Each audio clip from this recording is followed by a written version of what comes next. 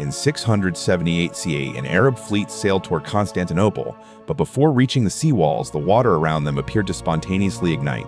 The flames adhered to wooden hulls and human skin with a sticky, voracious grip.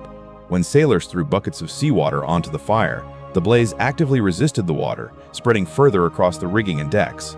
Constantinople stood as the final impenetrable barrier against Umayyad expansion into Europe.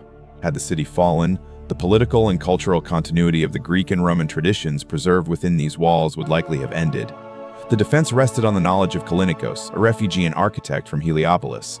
He arrived in the capital during a moment of strategic crisis, offering a terrifying incendiary concept as a trade for his own survival. For 5 centuries, this liquid fire served as the empire's ultimate strategic deterrent.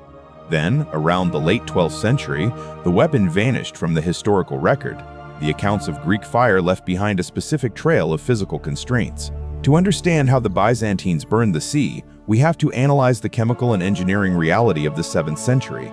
Modern researchers work backward from eyewitness accounts to deduce the only chemical combinations that could produce these effects.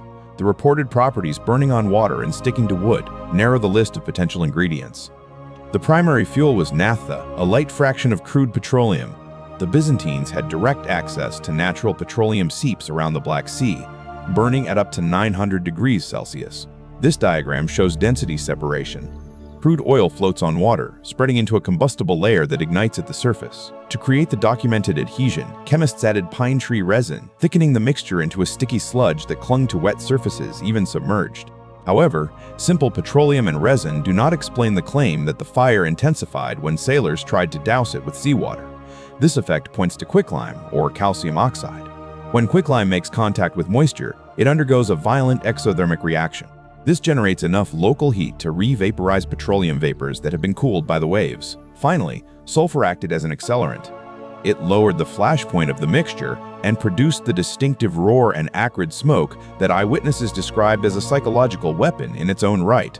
While these ingredients match the physical evidence, a liquid formula cannot project itself across 50 feet of open ocean.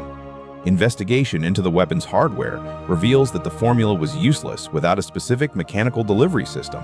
This schematic of the siphon shows a feat of hydraulic engineering, a pressurized bronze flamethrower combining chemistry and metallurgy.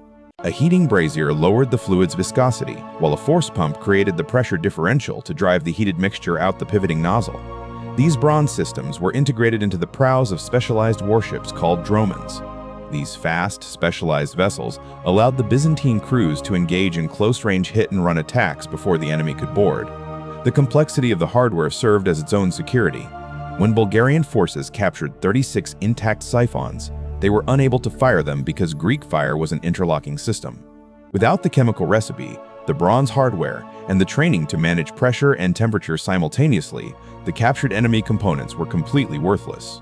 The Byzantine state protected this knowledge through a protocol of oral transmission. The formula was never written down, passed only between the emperor and the hereditary custodians. This flowchart illustrates the state's use of compartmentalization. The chemists brewing the fuel were kept isolated from the engineers building the siphons, and the operators at sea understood only the deployment.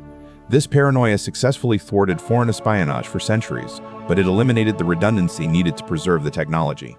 The weapon eroded as political instability and the loss of access to petroleum sources broke the chain of oral tradition. By the time Constantinople was sacked in 1204, the knowledge had already been lost. It took 1,300 years to reinvent this functional logic with modern napalm, a thickened petroleum mixture designed to adhere to surfaces and resist water. Modern riverine combat vessels carry on the same tactical doctrine as the dromon, projecting sticky, unquenchable fire across the water at close range. Despite modern analytical tools, we cannot perfectly replicate the original Byzantine recipe. It remains a demonstration of a historical irony. The knowledge most aggressively protected for survival is often the knowledge most perfectly lost to time. Join us next time as we look at the engineering of the ancient world's greatest sieges.